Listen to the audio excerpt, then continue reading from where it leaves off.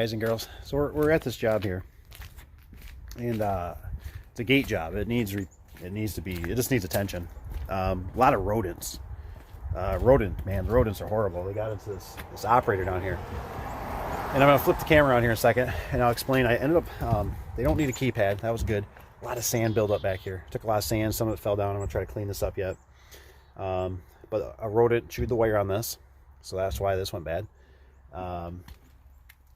The operator up there, I found where the thing was coming in. It's boggled my mind for years now how mice keep getting in this thing, and now I figured it out. So let's get into it. So I know with mice, because I've had mice in my own house, I'm always looking for clues. And this thing was just nasty. I mean, I took some Simple Green and tried flushing it out, making it smell better in here, and washed it out. I'm gonna try to take the leaf blower and try to blow some of this stuff out of here.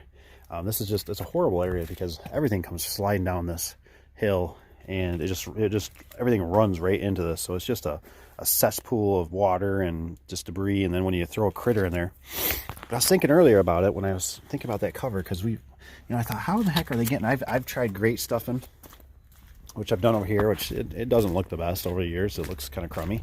You can see I've tried caulking it, but this one over here, for some reason, I'll have to see when I pull that cover off if that one has a gasket on it. But this one seems like it never gets infested with mice. This one over here always does. The one time I found they were going in through this conduit. They were literally going through that conduit, and they were popping out up in here, up in the back holes there. Now,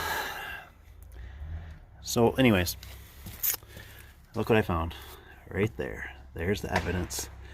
That's where they're getting in. That one is. He was a big dude too. I was thinking, where the heck did he even get in through there?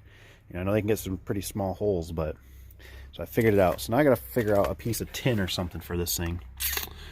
So yeah, let's get started. All right, kept this on my truck just in case it might come in handy. I think I can modify that, cut it. I think the weight of it will hopefully keep the critters at bay. Let's see if we can modify that. All right, guys. So check this out. Oh, that's cool. You don't normally see that many. That looks like a whole thing of cranes flying. That's a lot too. It's pretty cool.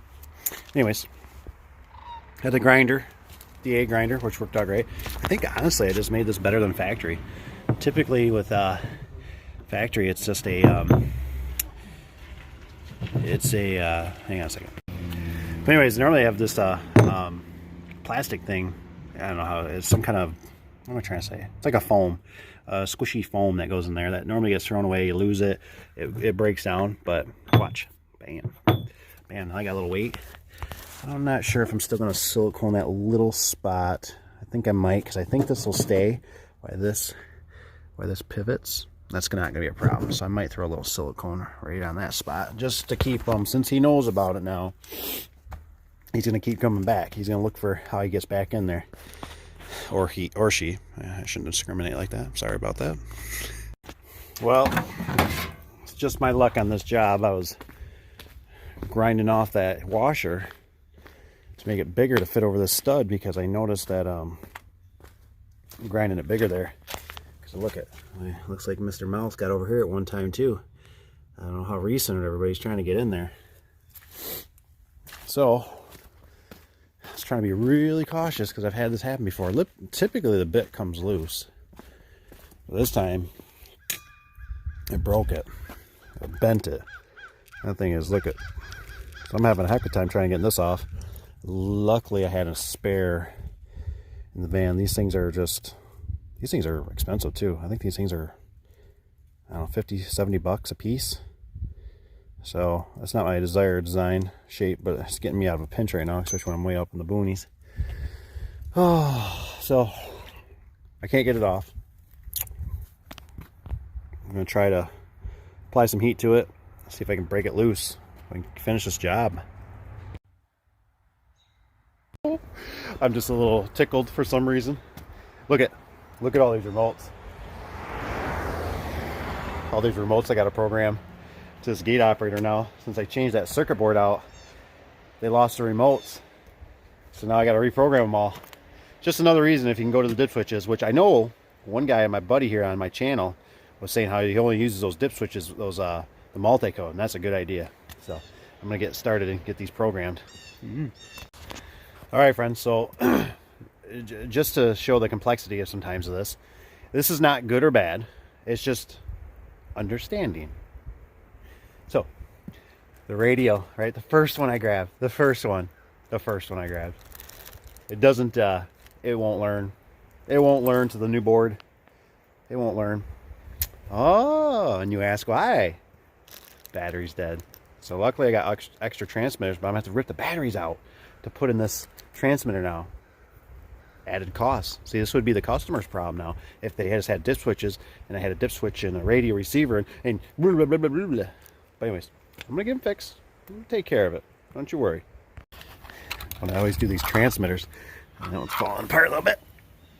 I hit the radio or transmitter learn on there. I always give it a nice long pulse. Wait for the next one. Back to TL, transmitter learn. Hit her again. Give her a nice long pulse. Looks like it's doing its thing. Should cycle through. Oh, son of a biscuit. Was the tape holding that thing on? I don't know. Looked like the tape was holding it on. I hope that one got learned. Jeez. Next one. All right. It's starting to rain out here too. You have a nice long pulse.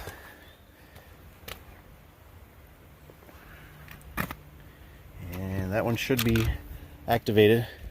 Oh, those silly people. They think the other one's gonna learn. Those ones aren't gonna learn to it. That's just gonna make things way too complicated. So we'll grab these other remotes. They wanted 3 additional ones, so I brought the 3 additional ones. One here, make sure it lights up, which it does. So it's a good thing. Take a look here. I got 3 additional. Alright, okay. Start out with this old, let's see here, transmitter learn. Give her the pulse. Bam.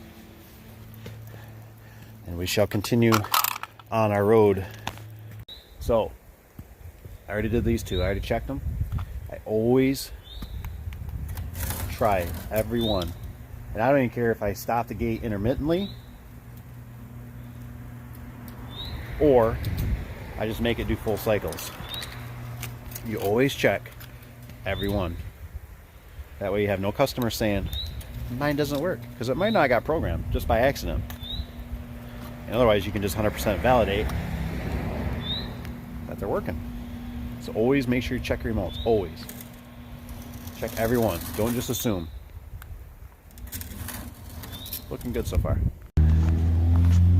Ah, you guys just missed it. You just missed it. The mailman was just here. And he pulled up. The mailman goes, "You working on the gates?" I said, "Yeah." He says, "You the new gatekeeper?" Everybody likes that little joke, right? And I said, "Yeah." I said, "I'm just getting them active." And he goes, "So that way I probably should start using my remote." I didn't even know he had a remote. So just like that, you don't know what's out there in the world. They didn't have everything collected. I could have had to make another trip up here for the mailman. There still might be more remotes I don't know about. Just another thing to think about with those dip switches.